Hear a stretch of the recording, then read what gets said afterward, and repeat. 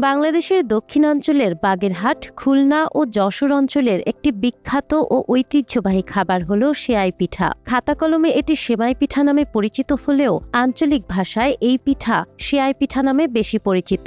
অতুলনীয় স্বাদের কারণে এই পিঠা যুগের পর যুগ ধরে দক্ষিণাঞ্চলের মানুষের খাদ্য সংস্কৃতির গুরুত্বপূর্ণ অংশ হয়ে আছে। সেমাই পিঠা বাগেরহাট সহ দক্ষিণাঞ্চলের ঐতিহ্যবাহী একটি খাবার। এই পিঠাটি এই বাগেরহাট সহ দক্ষিণাঞ্চলের বিভিন্ন অনুষ্ঠানেও গুরুত্ব সহকারে পরিবেশন করা হয়। সবথেকে বেশি গুরুত্ব পায় নতুন বিয়ে হলে, নতুন জামাই আমন্ত্রণ জানানো হলে কিংবা পরিবারে কোনো অনুষ্ঠান হলে সেমাই পিঠা সেখানে থাকবেই। সেমাই পিঠা তৈরিতে প্রধান উপকরণ হিসেবে ব্যবহার করা হয় আতপ চাল। প্রথমে চাল ধুয়ে রোদে শুকিয়ে তা মিহি করে গুঁড়া করা হয়। পরে সেই চালের গুঁড়া ফুটন্ত পানিতে 5 থেকে 7 মিনিট সিদ্ধ করে খামি তৈরি করা হয়। খামি প্রস্তুত হলে তা ছোট ডিম্বাকৃতির করে বিশেষ পিঠার মেশিনে চাপ দিয়ে দেয়া হয়।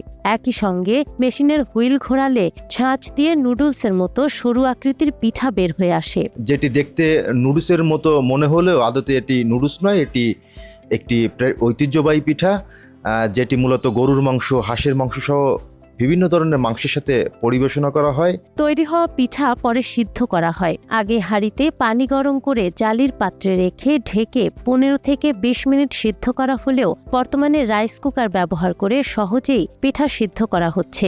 এতে অল্প সময়ে পিঠা প্রস্তুত করা সম্ভব হচ্ছে। সেমাই পিঠা সাধারণত দেশি মুরগি ও গরুর মাংসের সঙ্গে খাওয়া হলেও হাঁসের মাংসের সঙ্গে এর স্বাদ সবচেয়ে বেশি জনপ্রিয়। সেমাই পিঠার সাথে হাঁসের মাংসের কম্বিনেশন অতুলনীয়। আমার প্রিয় পিঠাগুলোর মধ্যে সেমাই পিঠা অন্যতম। যদিও শীতকালেই এই পিঠা তৈরি করা হয়, তবে বাগেরহাট অঞ্চলে প্রায় সারা বছরই এর প্রচলন দেখা যায়। বিশেষ করে বাড়িতে আত্মীয় স্বজন ও কুটুমবাড়ির অতিথি এলে আপ্যায়নের তালিকায় সেমাই পিঠাই থাকে শীর্ষে। এই পিঠা তৈরির মেশিন সাধারণত পিতলের তৈরি হয়ে থাকে। আকার ও মানভেদে এসব মেশিনের দাম বর্তমানে 1800 টাকা থেকে 2400 টাকার মধ্যে। এই যে মেশিনটা দেখতে পাচ্ছেন, এটাই হচ্ছে মূলত সেমাই পিঠার মেশিন।